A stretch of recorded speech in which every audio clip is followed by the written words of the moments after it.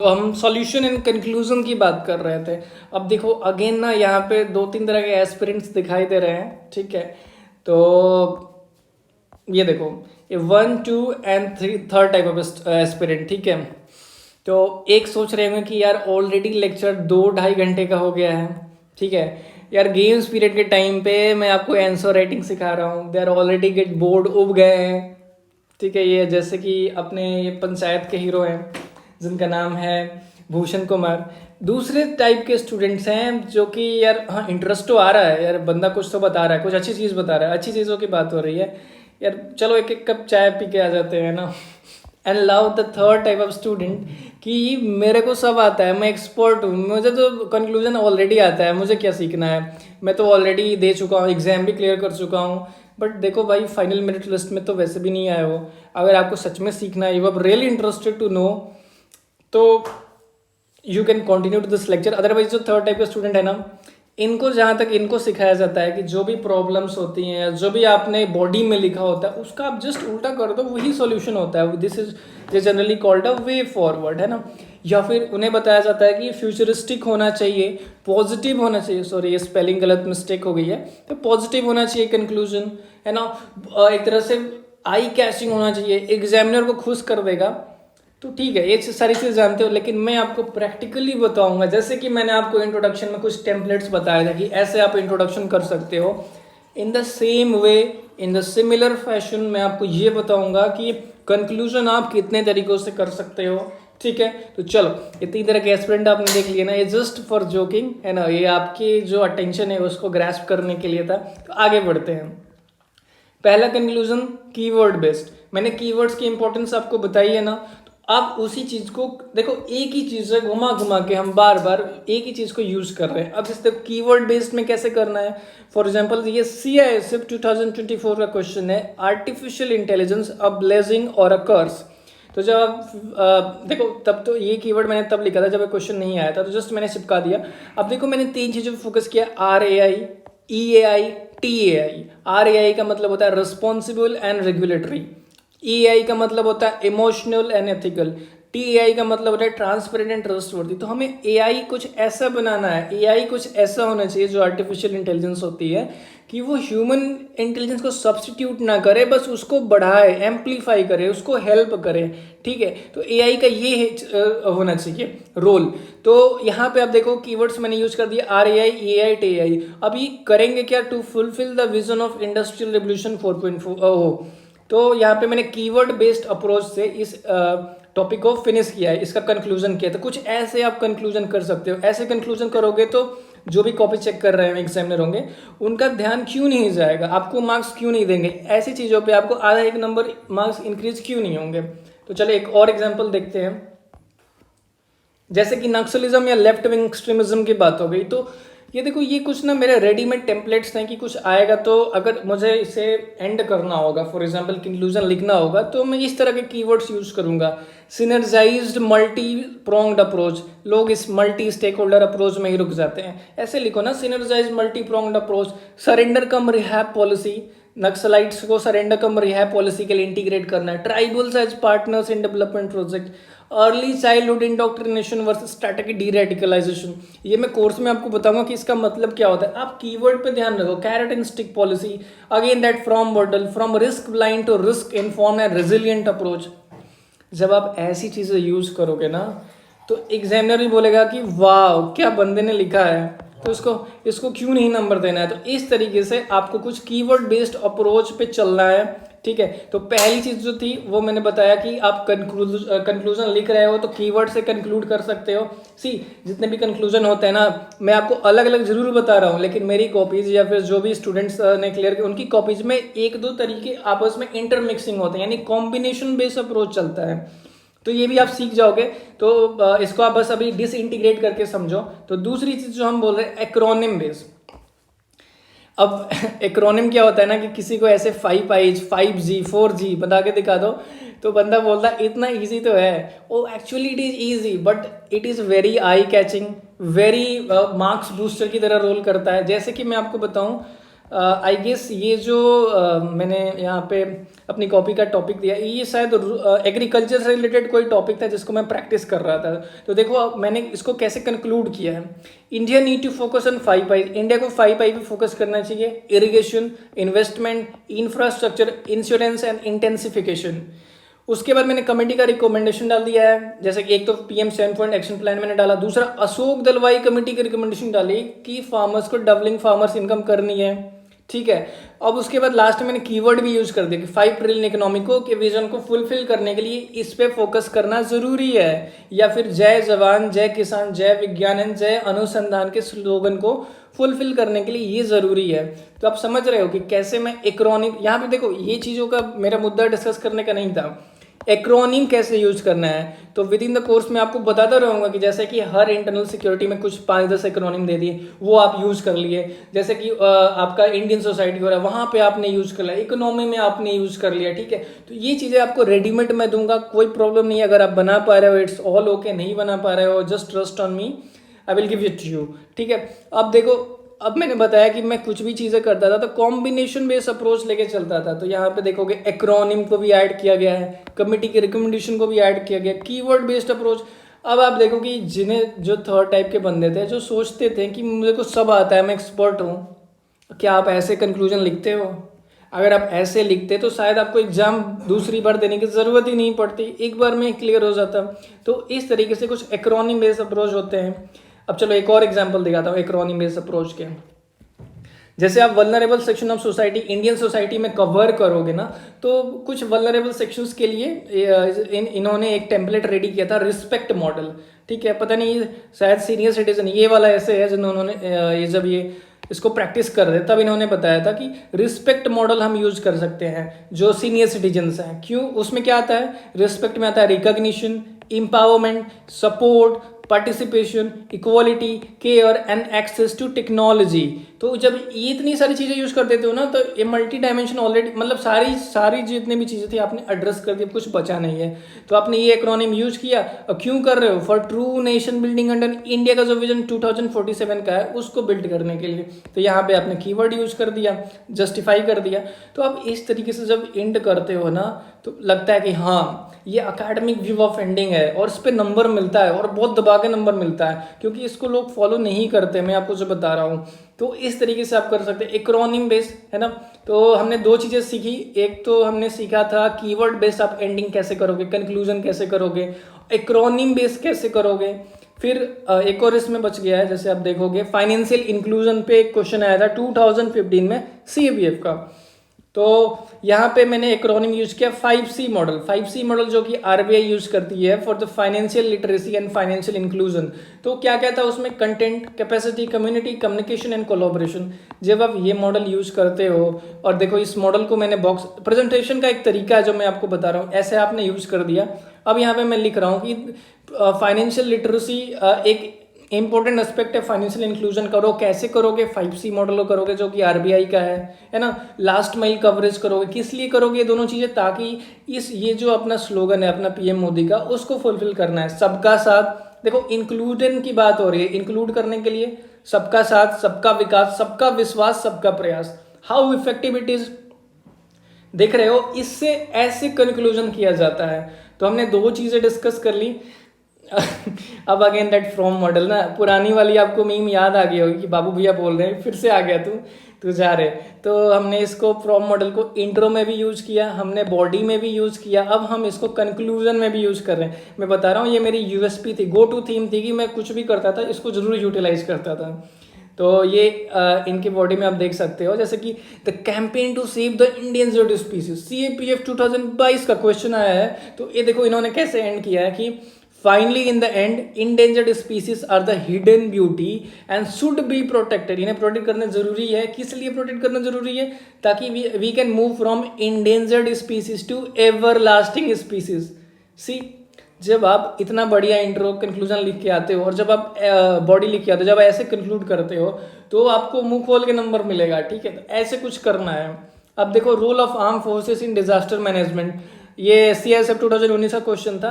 तो इसको मैंने कैसे कंक्लूड किया? जैसे मैं गवर्नमेंट स्टेप्स को बता दिया, गवर्नमेंट स्टेप्स के बाद से अब देखो यहाँ पे मैंने फ्रॉम मॉडल यूज़ किया है, यहाँ पे मैंने कीवर्ड देखो कितने कीवर्ड यूज़ किए हैं।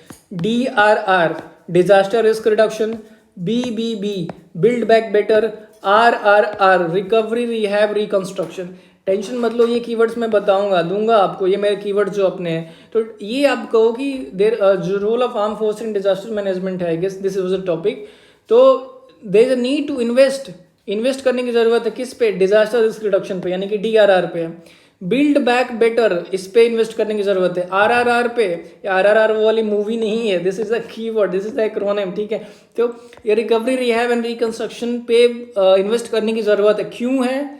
टू पैराडाइम शिफ्ट, देखो और दूसरी चीज नीड है, उसके बाद दूसरा चीज paradigm shift from relief centric approach to more proactive approach. कहाँ पे हमें मूव करना है डिजास्टर मैनेजमेंट में? रिलीफ की जगह सेंटर ना होके हमें एक प्रोएक्टिव सोचना है, रिएक्टिव नहीं बनना है। अब ये करना कि एक और चीज करना है, कैपेसिटी बिल्डिंग करना है फोर्सेस। ये करना क्यों है? देखो यहाँ पे मैंने एक यूज किया कीवर्ड, यहाँ पे यूज किया मैंने फ्रॉम मॉडल। अब ये करना क्यों है? From to move from crisis of credibility to nexus of ability and faith. देखो ये ना मेरा बहुत फेवरेट कोट है, क्योंकि आप जब भी आंसर राइटिंग करते हो तो ऐसे में आपको ऐसा एक टॉपिक जरूर मिलता है ना जिसमें कुछ ना कुछ प्रॉब्लम है। इवन मोस्टली टॉपिक्स में मिल जाता है। अगर प्रॉब्लम है तो लास्ट में आप ऐसे एंड कर सकते हो, जो भी आपने सोल्यूशन दे दिया उसके बाद लिखो ये चीज हमें करना चाहिए, to move from crisis of credibility to nexus of ability and faith.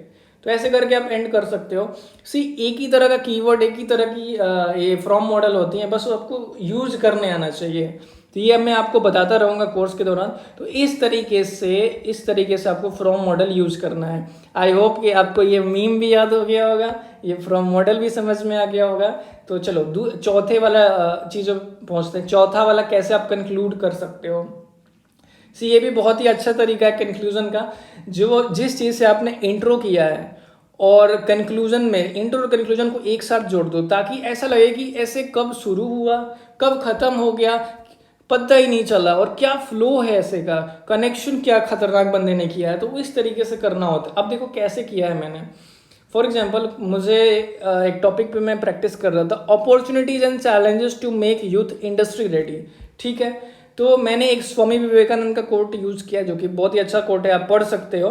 तो ये मैंने जैसे ही कोट यूज किया, अब देखो स्वामी विवेकानंद दिस इनको जोड़ना था। तो जब मैं कंक्लूजन करने वाला, तो एक ये तो हो गया मेरा एक्रोनिम बेस, ये मैंने लिख दिया कि 5 की प्रायोरिटी एरियाज पे करना है, ताकि हम अपने यूथ को, अमृत पीढ़ी को ट्रांसफॉर्म कर सकें, स्वरोजगार, स्वलंबन एंड स्वाभिमान रिस्टोर कर सकें। Again this is a keyword, ये बहुत सारे आते रहेंगे and you will use it, मजा आ जाएगा आपको। देखो यहाँ पे फोकस करने की जरूरत नहीं थी, मैं यहाँ पे बताने वाला था कि अब देखो यहाँ मैंने लिखा है कि ये सारी चीजें करनी चाहिए। क्यों करनी चाहिए? In order to fulfil the vision of Swami Vivekananda.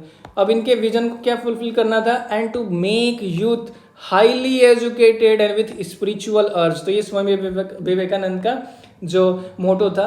तो मैंने शुरुआत की यहाँ से और एंड की यहाँ पे, तो ये कनेक्शन आपको लगा। तो इस तरीके से आप एक तरह से connecting into and conclusion together, but इसके लिए थोड़ी प्रैक्टिस चाहिए रहती है, ये बहुत इजीली नहीं आता है और मैं भी इसको बहुत ज़्यादा यूज़ नहीं करता हूँ, ठीक है। तो एक तरीका ये भी होता है आपके कंक्लूजन का।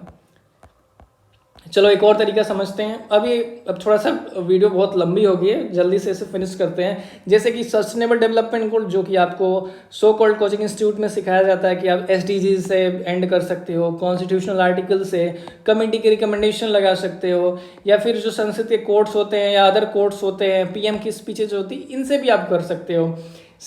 इनको मैं जब आपके कोर्स में पढ़ाऊंगा तो बताता रहूँगा। बस एक दो एग्जाम्पल आप देख लो जल्दी से, क्योंकि मुझे लग रहा है कि यू आर गेटिंग बोर्ड। मस्त थोड़ी देर सो जाता हूँ, इतनी लंबी क्लास कौन लेता है। वही सच बात भी है कि ऑलमोस्ट 2.5 घंटे की क्लास होने वाली है।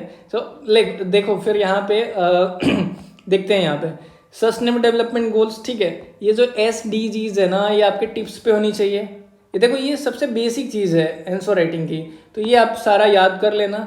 और बेसिकली यहाँ पे ये सारी चीज़ें ज़्यादा काम आती हैं। क्लाइमेट एक्शन को मैं बार बार यूज़ करता हूँ। फिर जब अर्बनाइजेशन होता है तो मैं इन चीज़ों को यूज़ करता हूँ। Sustainable cities and community, industry, innovation and infrastructure, ये 3I मॉडल जो है यहाँ पे।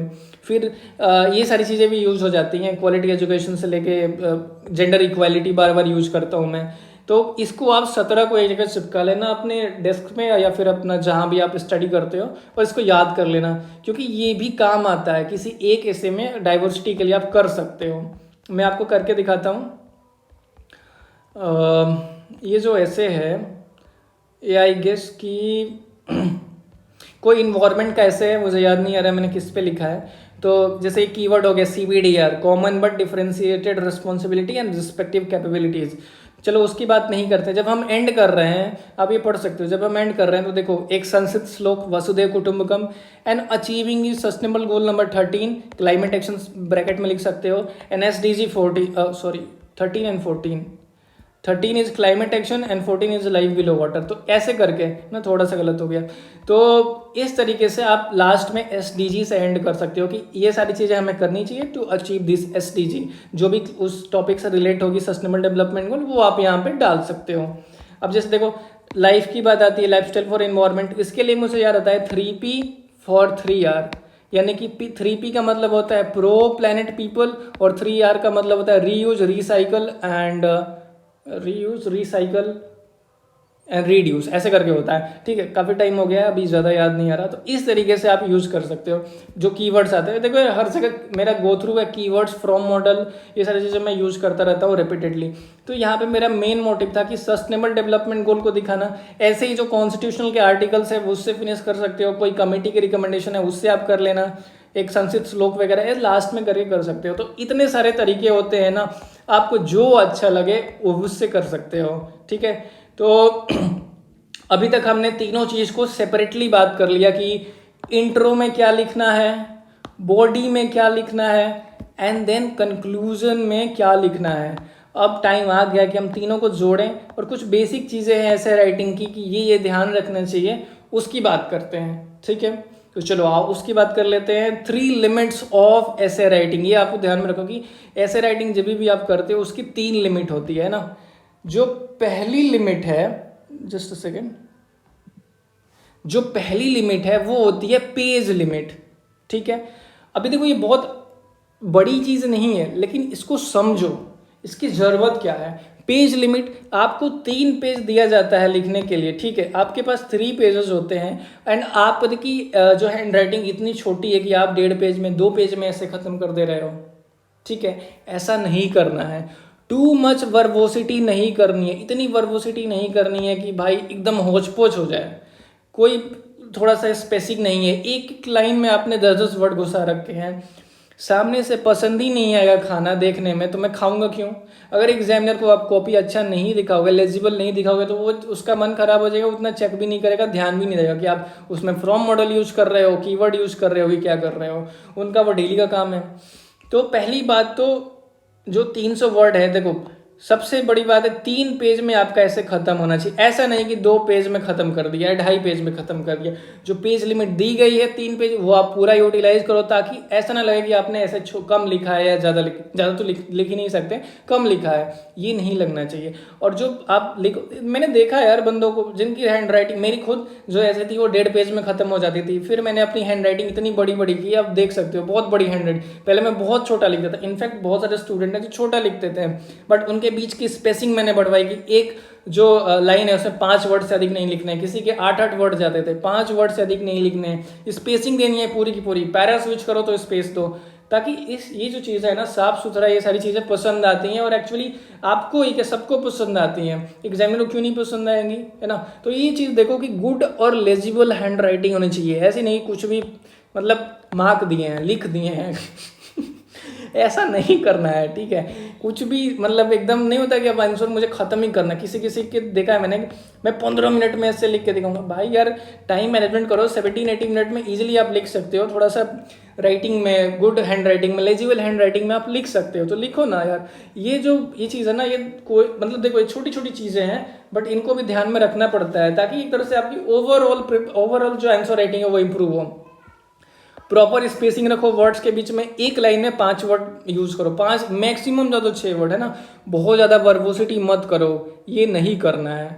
तो ये पेज लिमिट आपको समझ में आ गया। आपके पास 3 पेज दिए गए हैं, आप यूटिलाइज दैट तीनों पेज को आपको यूटिलाइज करना है। अब देखो word limit, word limit 300 word की होती है, but you can be between 280 word से 380 वर्ड के बीच में आप कहीं बीच में आ सकते हो।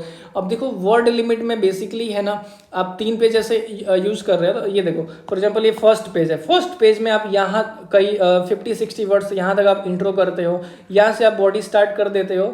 और जो दूसरा पेज है, दूसरा पेज भी आप पूरा बॉडी यूज करते हो, तीसरे पेज में आप कहीं यहाँ पे गवर्नमेंट इनिशिएटिव खत्म करते हो, एंड लास्ट में इतने में आप कंक्लूजन लिखते हो। तो तीनों पेज को आप ऐसे डिवाइड कर लो, अपने वर्ड्स काउंट कर लो, अपने उसमें डिवाइड कर लो कि इतने स्पेस में मेरा इंट्रो आ जाता है, इतने स्पेस में मेरा कंक्लूजन आ जाता है, इतना स्पेस मैं बॉडी को देता हूँ, ठीक है। तो इस तरीके से अपने पूरा का पूरा वर्ड लिमिट सेट रखो, पेज लिमिट सेट रखो। एंड लास्ट ही जाती है जो कि टाइम के साथ आती है, टाइम लिमिट। पहले देखो, पहले जो स्टार्टिंग में मेरे साथ लोग जुड़ते थे, बंदे जुड़े थे, उनकी जो ऐसे थे 40 मिनट्स में वो ऐसे लिखते थे, 40 मिनट्स, फिर धीरे धीरे वो time 35 minute, 30 minute, 25 minute, ultimately वो 17, 18, 19 मिनट्स में उनके ऐसे कंप्लीट होने लगे। तो इसमें टाइम लगता है, ये प्रैक्टिस मांगता है। जब आपकी थॉट क्लियर हो जाते हैं, एकदम दिमाग सही चलने लगता है, इंटरकनेक्शन आ जाती है, स्किल सीख जाते हो, तो ये जो टाइमिंग है वो आपकी अचीव हो जाती है। बट अभी आप लिखोगे तो 40 मिनट्स लगते हैं, नो प्रॉब्लम एट ऑल। मैं खुद अपने ऐसे लिखता था, मुझे स्टार्टिंग में ऐसे लिखने में 40-40 मिनट लगते थे। तो इसको देख के डीमोटिवेट नहीं होना है। तो ये 3 लिमिट आपने ध्यान में रखना कि ये तीनों लिमिट रहनी चाहिए ऐसे राइटिंग में, जो कि अदर इट इज़ लाइक कि आइसिंग ऑन द केक। आप बहुत अच्छा कंटेंट दे रहे हो, बहुत अच्छी आंसर राइटिंग है, ये चीज़ें फॉलो करोगे तो और बेहतर होगा, ठीक है। अब जैसे इंडेंटेशन दी जाती है, ये जो फॉर एग्जांपल इतने में ऐसे लिखना रहता है, तो इसके बाहर नहीं लिखना है, इधर नहीं लिखना है। राइट ऐसे इन द बॉक्स, जो आप कॉपी देखोगे तो उसके बॉक्स में ही रहना है, बाहर जाओगे तो फिर नेगेटिव मार्किंग शुरू हो जाती है।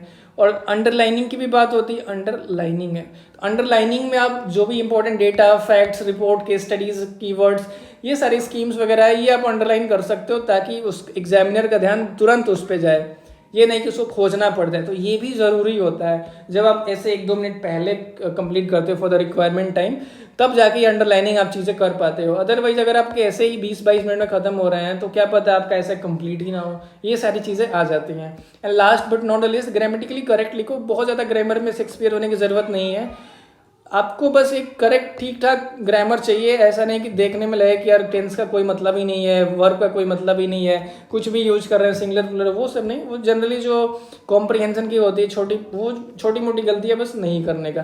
तो ये इस तरह की रिक्वायरमेंट होती है। बस यही चीज़ मैं आपको बताने वाला था कि ये भी ध्यान रखना।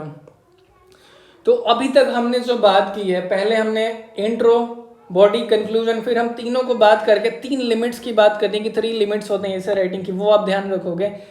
अब जो फ्रेशर्स होते हैं, बंदे होते हैं ना, उनको प्रॉब्लम होती है फियर ऑफ आंसर राइटिंग। हम मुझे पता तो चल गया कि ये लिखना होता है, लेकिन यार लिखे कैसे, कब शुरू करें, हाउ टू स्टार्ट, कैसे करें, है ना। ये क्वेश्चन आते होंगे आपको, आते हैं कि नहीं आते। देखो सिंपल सी बात है कि you have to start at some point, किसी भी पॉइंट में ना आपको स्टार्ट करना पड़ेगा। और ट्रस्ट मी, देखो स्टार्टिंग में टाइम की बात होती है 45 मिनट, कंटेंट इतना खराब, हैंड राइटिंग इतनी खराब, आप अपने पहले 10 ऐसे देख के लोग ना यार ये तो मैंने लिखा ही नहीं, ये कोई दूसरा ही लिख के गया है। तो आप सबसे पहले देखो क्या करो कि स्टार्ट करो, फिर जो चीज़ें मैं आपको बता रहा हूँ सीखो, उसको अप्लाई करो। आपका जो क्वेश्चन है उसको ब्रेक कर दो, ब्रेक करो। जैसे एक सिंगल क्वेश्चन है उसको पहले ब्रेक करो, इंट्रो पे काम करो, बॉडी पे काम करो, है ना। मुझे जहाँ तक लगता है कि देखो क्वेश्चन ऐसे लिखने से पहले दिमाग में अंडरस्टैंडिंग आनी चाहिए, है ना। आंसर लिखने से पहले आंसर दिमाग में सोचना आना चाहिए, यानी जिसको ब्रेनस्टॉर्मिंग कहते हैं। तो वो ब्रेक द पार्ट करो, उसको समझो, उसको अप्लाई करो, फिर आप पूरा का पूरा सिंगल क्वेश्चन लिखना शुरू करो।